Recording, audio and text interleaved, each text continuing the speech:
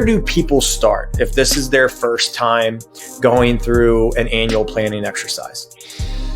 Oh man, that's a good question. That is such a good question, because we introduce it to our guys in the group because I think it's such a game changer, because it's been so impactful to my life and my relationship and my progress. And really it depends on where you guys are at on the personal development scale, because usually one person is further ahead than the other person.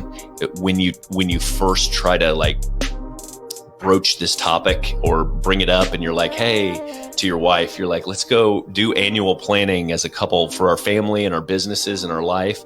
And the one person is usually like, like, sounds great. Whatever.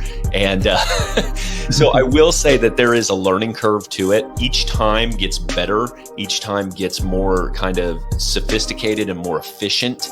And so you really just start where you're at.